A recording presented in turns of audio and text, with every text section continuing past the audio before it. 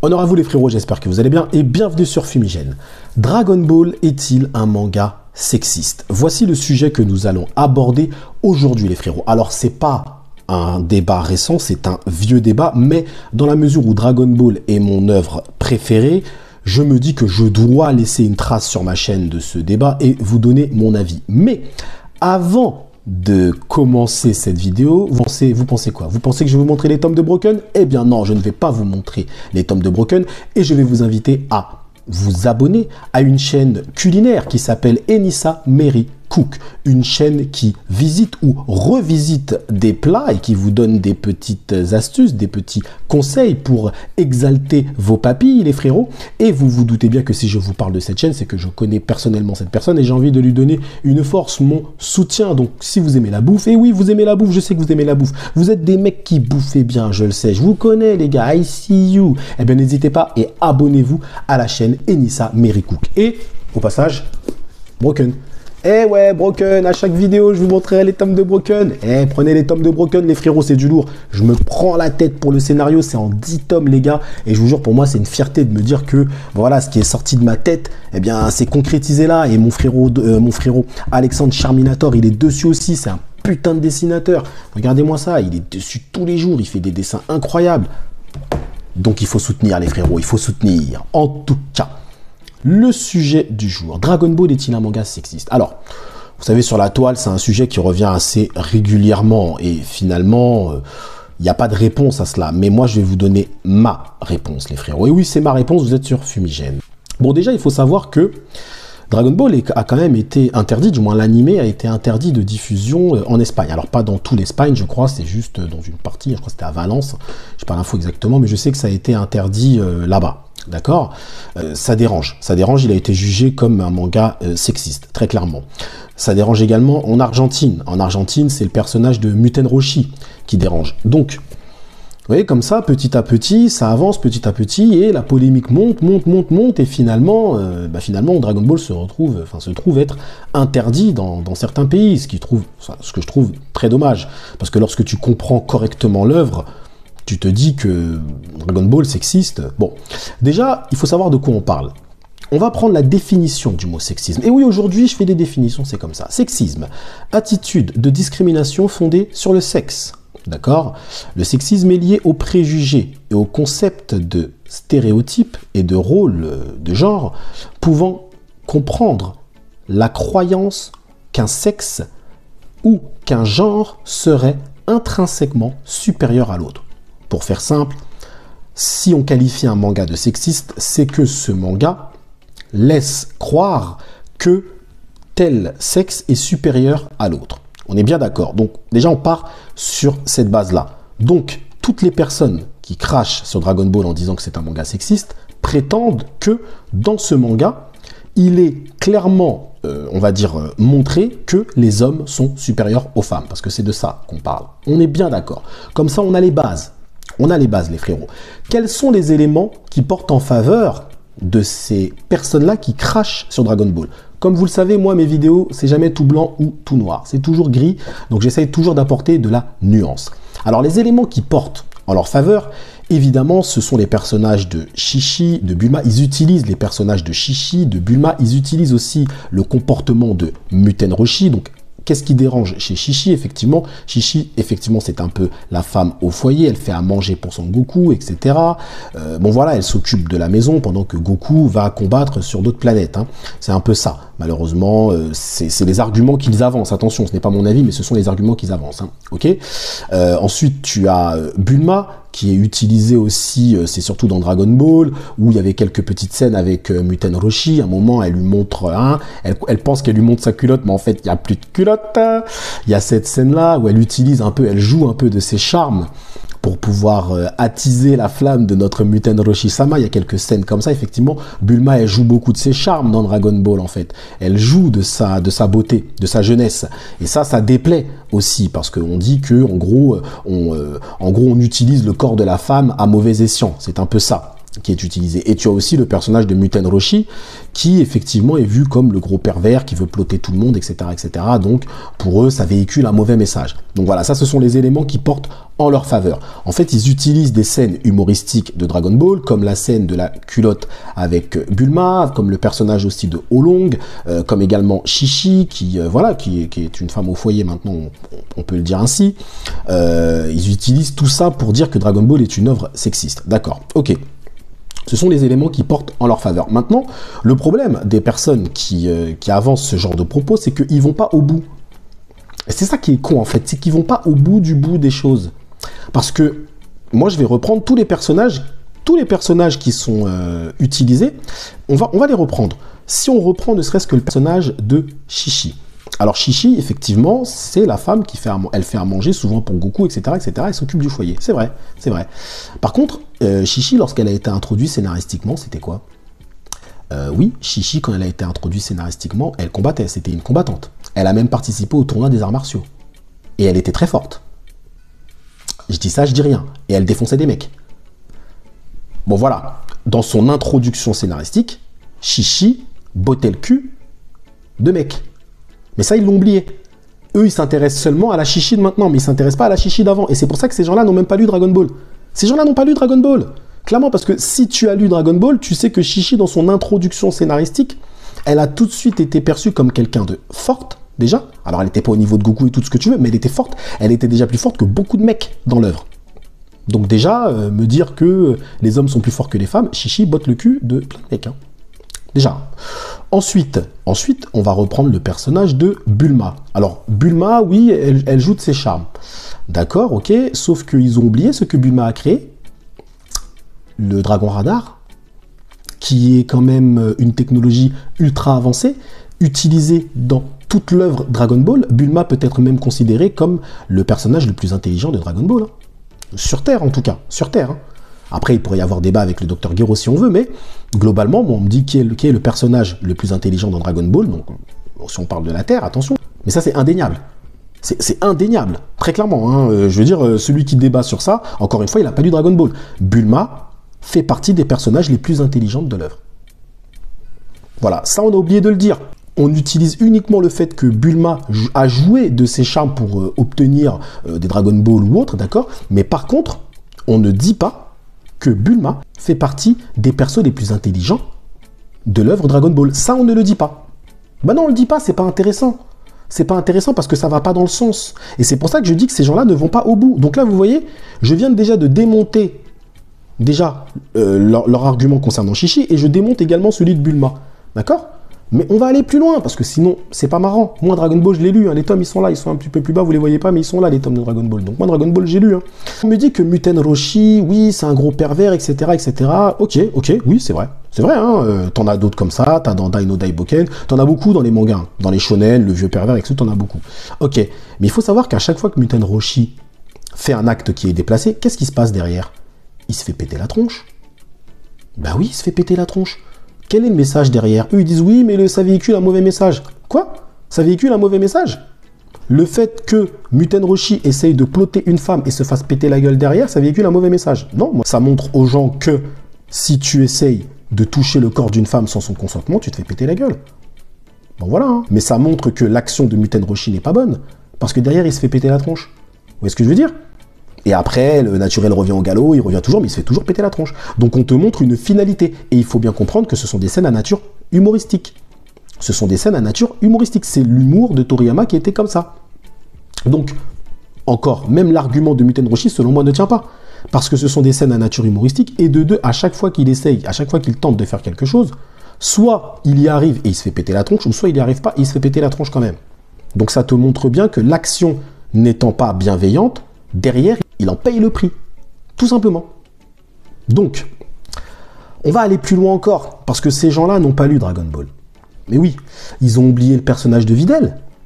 Alors effectivement, elle n'est pas aussi forte que Gohan, mais elle est quand même considérée comme très forte. Ok?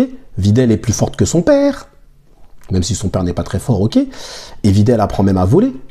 Donc elle est très talentueuse, Videl. Après, dans Dragon Ball Super, effectivement, on a changé l'écriture du personnage. Ça, c'est autre chose. Mais il faut pas oublier l'introduction scénaristique de Videl. Videl a été introduite comme un personnage très fort, qui arrête les malfrats, les cambrioleurs, etc., des hommes. Où est le problème? Encore une fois. Et je pense que ces gens-là ont également oublié de dire qu'on a quand même un personnage féminin qui a humilié le personnage le plus fier de l'œuvre. Qui est le personnage le plus fier de Dragon Ball? C'est Vegeta. Vegeta, il a été humilié par qui? Par C18. Donc, même si on veut parler de puissance, C18, lorsqu'elle a été introduite scénaristiquement, elle était plus forte que les Saiyans. Et oui, les frérots, encore une fois, c'est qu'on lit pas, qu'on connaît pas, eh ben on dit n'importe quoi. Bah ouais, C18, elle a défoncé Vegeta. Elle se faisait Trunks, Vegeta, à cette époque-là, elle se faisait tous les Saiyans. Et ouais, et c'était C18. On va me dire, ah, c'est un cyborg. À la base, c'était des humains. Allez hop. Comme ça, c'est fait. Donc, on a quand même des personnages féminins qui sont introduits scénaristiquement comme des combattantes. On a des personnages féminins qui, derrière, sont introduits et sont intelligentes. Parce que derrière, elles te font des dragons radars. Donc, on a des combattantes. On a des femmes intelligentes, ou du moins une femme intelligente, parce que c'est surtout elle qui est utilisée. Et on a même des femmes puissantes. Et C18 est toujours forte, hein. Elle est toujours forte, C18. Même dans Dragon Ball Super, elle est forte, hein.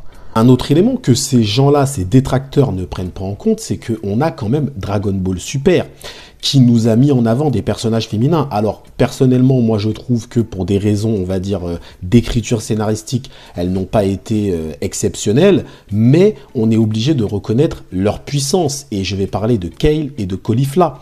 Et oui, les frérots, Kale et Caulifla étaient des personnages qui étaient quand même assez puissantes, on peut le dire. Caulifla était une génie du combat, elle a débloqué SSJ1 et SSJ2 comme ça, et Kale, c'est encore pire. Kale, c'est très clairement, elle faisait partie des personnages les plus puissants du tournoi du pouvoir. Elle a nettoyé le sol avec la tête de Goku, et je ne parle pas de la fusion qui a fait Kefla, qui finalement, Kefla rentrait dans un top 3 ou top 5, si vous voulez, des personnages les plus puissants de cet arc. Donc au bout d'un moment, on peut pas me dire que les femmes n'ont pas eu, on va dire, un bon traitement, où elles ont été humiliées dans Dragon Ball. Alors oui, tu as peut-être quelques scènes qui peuvent déranger, peut-être comment Vegeta, des fois, il parle à Bulma, mais il faut bien comprendre, dans l'écriture scénaristique de Vegeta, c'est un Saiyan, génocidaire de planète. Le gars, il va pas parler à sa femme, oui, ma chérie, machin. Mais non, le gars, c'est le prince des Saiyans. Tu connais l'histoire des Saiyans, tu vois comment il a été élevé, on sait comment il a été élevé. Le gars, il va pas parler comme ça. Enfin, tu sais, alors il va peut-être mal parler, mais derrière, il se fait reprendre des fois par Bulma, des fois, il se fait même crier dessus par Bulma. Vegeta, c'est bon. Enfin, oui, tu as quelques scènes comme ça, mais c'est dans l'écriture des personnages. Il faut comprendre un peu les personnages.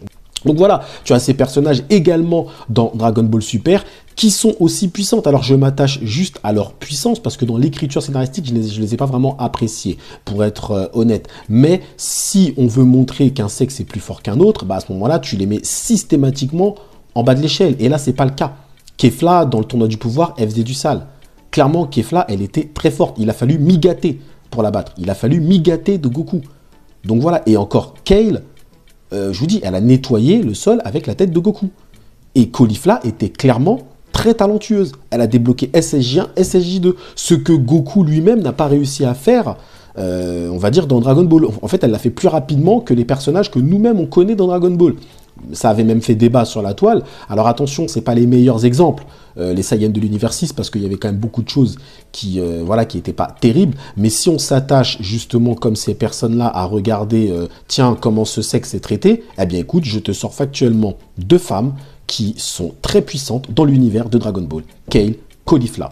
Et je te ramène C18 aussi. Et on peut même aller voir dans les versions non canon de Dragon Ball, on va découvrir d'autres femmes aussi qui sont très puissantes. Donc franchement, encore une fois, c'est circulé, il n'y a rien à voir pour moi. C'est vraiment des gens qui cherchent la merde, tout simplement, qui cherchent à mettre la merde dans l'univers manga, un univers qui n'a pas besoin de cela. L'univers manga n'a pas besoin de ce genre de polémique, parce qu'on lit des mangas, on kiffe des mangas, ce sont des femmes, des hommes, on regarde pas ça. Nous, ce qui nous intéresse, c'est l'histoire. J'ai fini par exemple Gigante, voilà, qui est en 10 tomes, hein, qui est juste là, vous le trouvez là. Ça met en avant une femme, également un homme, c'est une histoire un petit peu d'amour, mais c'est plus la femme qui est mise en avant, c'est carrément une actrice de film X. Et franchement, Gigante, c'est magnifique, c'est un manga qui est magnifique, même si la fin aurait pu être améliorée, mais je trouve que le manga est terrible, et c'est une femme, le personnage principal, encore une fois. Parce que je veux dire, mais moi je ne regarde pas ça. C'est-à-dire que quand moi j'achète le manga, je me dis pas, ah c'est une femme, c'est un homme. Non, moi j'achète un manga pour lire une œuvre, pour apprécier une œuvre, pour apprécier un scénario. Vous voyez ce que je veux dire? Je ne regarde pas un manga sous l'idéologie de me dire, est-ce que ce sexe-là va être mis en avant? J'en ai rien à foutre de ça. Moi je veux un bon scénario, je veux une bonne histoire, tout simplement. Donc, cette forme de bien-pensance qui sévit actuellement dans la société, c'est assez insupportable. Parce que maintenant, on va se retrouver avec des Senseiya version Netflix où on va essayer de faire plaisir à tout le monde. Aux femmes, aux hommes, aux machins, aux ceci, aux cela. Voilà, on va essayer de faire plaisir à tout le monde. Et à force de vouloir faire plaisir à tout le monde, tu feras plaisir à personne, en fait. Tout simplement. Donc, ça sert à rien de vouloir réécrire les histoires, de vouloir réécrire l'histoire du manga, changer les bases qui sont déjà bien installées dans un univers qui est très bien structuré. Donc je trouve que dans l'univers manga, on est plutôt bien servi, franchement. Donc c'est un univers qui n'a pas besoin de ce genre de polémique, c'est ridicule. Parce que les véritables connaisseurs de manga te sortiront des mangas où les femmes sont ultra mises en avant et sont ultra bien traités, comme ils te sortiront des mangas où les hommes sont devant parce que voilà, c'est puissance, machin, où les femmes, des fois, peuvent être plus puissantes, où les hommes peuvent être plus intelligents et les femmes plus puissantes. On peut t'en sortir plein des mangas comme ça. Les gens qui connaissent et qui ont lu des mangas, ils t'en sortent plein, clairement. Mais quand tu ne connais pas cet univers, eh bien, tu te permets ce genre de réflexion parce que tu ne connais pas. C'est ta méconnaissance. C'est ton ignorance qui fait que tu sors ce genre d'imbécilité. C'est ton ignorance, tout simplement. Donc maintenant, j'en arrive à ma conclusion. Dragon Ball n'est pas un manga sexiste. Ce n'est pas un manga sexiste, c'est un manga qui a évidemment évolué au fur et à mesure du temps. Les mentalités ont changé et maintenant les gens sont offusqués par des scènes qui n'étaient pas choquantes à l'époque et qui le sont maintenant pour certaines personnes. Mais Dragon Ball n'est pas un manga sexiste. C'est un débat inutile et stérile, parce que les gens qui lancent ce genre de débat n'ont pas lu les œuvres. S'ils avaient lu l'œuvre de A jusqu'à Z, je pourrais débattre avec eux. Mais moi, je pourrais même pas débattre avec quelqu'un qui me dit que Dragon Ball est sexiste, parce que lorsque je vais lui poser la question, je vais lui dire « Mais tu as vu le combat C18 versus Vegeta ?» Il va me répondre « Ouais, mais t'as vu, ça c'est juste un combat, machin. » Ouais, mais non, mais frérot, en fait, au bout d'un moment, c'est un combat dans l'œuvre qui est quand même mythique. Tout le monde connaît ce combat-là. N'importe quel fan de Dragon Ball qui se respecte se rappelle de ce combat-là. Quand tu vas demander à n'importe quel fan de Dragon Ball quels sont les personnages les plus intelligents de Dragon Ball, il est obligé de te citer Bulma. Il est obligé de te citer Bulma, le mec. Donc en fait, au bout d'un moment, tu peux pas qualifier de sexiste un manga qui a mis en avant des femmes. Oui, il a mis en avant certaines femmes, oui. Et après, attention, je comprends l'argument qui vise à dire que les guerriers les plus puissants sont des hommes. Oui, c'est vrai, les guerriers les plus puissants dans Dragon Ball sont des hommes. Mais il y a un moment où c'était des femmes, et il y a un moment où c'était C18. D'accord? Ça a été fait. Voilà. Ou quand je dis des femmes, au moment où il y a eu une femme qui faisait partie des guerriers les plus puissants de l'œuvre. C'était C18. Donc on sent que Toriyama, lui, il ne s'embêtait pas avec ces conneries-là. C'est-à-dire que lui, il se dit, tiens, j'écris ça, je le fais comme ça, comme ça, comme ça. Tiens, elle, j'ai envie que ce soit une femme, etc. etc. Voilà. Lui, il le faisait comme ça, Toriyama, il le fait au feeling. Et maintenant, c'est les gens qui viennent appliquer des codes, des nouveaux codes de lecture et qui essayent de refaire les œuvres en les critiquant, en essayant de balayer les bases, parce que Dragon Ball, c'est une base du shonen, ils essayent de balayer et de salir les bases des mangas actuels. Il faut bien comprendre que Dragon Ball, c'est le père du shonen. D'accord? Va chercher un shonen qui ne s'est pas inspiré de Dragon Ball, tu vas chercher longtemps, frérot. Les shonen, il y a quasiment tous, il y a de l'inspiration Dragon Ball dedans, de près ou de loin. Tu vois? Peut-être même que les auteurs ne s'en rendent peut-être même pas compte, il y a des choses qu'ils vont faire, mais qui ont déjà été faites dans Dragon Ball. Dragon Ball a inspiré, c'est le père du shonen de toute façon. Dragon Ball n'est pas un manga sexiste, je le dis très clairement pour moi. Les gens qui lancent ce genre de débat n'ont pas lu l'œuvre, ne connaissent pas l'œuvre, tout simplement. Et si un jour vous voulez débattre sur ça, n'hésitez pas à venir sur mon Discord ou en zone commentaire en m'expliquant pourquoi, selon vous, Dragon Ball est un manga sexiste. Moi, je suis prêt à entendre tous les avis, mais par contre, derrière, si vous venez débattre avec moi sur ce sujet, il faut lire l'œuvre. Lisez le manga de Toriyama, de A jusqu'à Z, et venez me voir, dites-moi c'est un manga sexiste. Pour quelle raison? Alors si vous allez me citer quelques scènes qui sont humoristiques ou machin, et si vous voulez, hein, et qui laissent à croire que le manga est sexiste, très bien, moi je vous en citerai d'autres qui vous prouvent que le manga ne l'est pas. Il y a de tout dans Dragon Ball. Tu as des fois des scènes qui vont mettre en avant une femme, comme des fois des scènes qui mettront en avant un homme. Mais si tu lis Dragon Ball sous le prisme de te dire que, tiens, ça met en avant les femmes, ça met en avant ceci, ça met en avant cela, dans un univers totalement fantastique. C'est un univers totalement fantastique. Donc bref, En tout cas, voilà. Si toi, tu regardes Dragon Ball sous ce prisme-là, ne regarde pas Dragon Ball, tu perds ton temps. Tu perds ton temps. Très clairement, tu perds ton temps. Dragon Ball, c'est pas ça. C'est un univers totalement fantastique. D'accord? Et on ne s'est pas embêté à te dire telle personne est mise en avant, tel genre, tel sexe est pas mis en avant. Il s'est pas pris la tête avec ça. Il s'est dit, je vais faire une histoire, je vais mettre de l'humour, de la bagarre, de la baston, des bons sous-textes, des bonnes valeurs, de la morale et fin. Ça donne Dragon Ball. Et nous, quand on était jeunes, on a lu Dragon Ball, ça nous a inspiré, ça nous a donné la force pour faire pas mal de choses. Ok? Parce que l'état d'esprit qui est véhiculé, la morale qui est véhiculée avec Dragon Ball, elle est magnifique. Tout simplement. Mais ça, encore une fois, il faut comprendre l'œuvre. Il faut comprendre. Et tu as même des filles, des petites filles qui lisent Dragon Ball et derrière, je te jure qu'elles comprennent, ça leur donne de la motivation, ça leur donne de l'engouement, du dynamisme pour faire des bonnes choses dans la vie. Parce que ce sont des bonnes valeurs qui sont véhiculées avec Dragon Ball. Comme Dai no Daiboken. Allez lire Dai, les frérots. En tout cas, avant de vous laisser les frérots, je vous invite comme d'habitude à lâcher un petit pouce, petit like et venez débattre avec moi. De toute façon, on fera très certainement un débat sur ça, je pense, sur le Discord. Donc venez débattre, moi je suis ouvert au débat avec respect et avec honneur. En tout cas, merci à vous d'avoir suivi cette vidéo jusqu'au bout. Prenez soin de vous et que l'honneur soit avec Dragon Ball.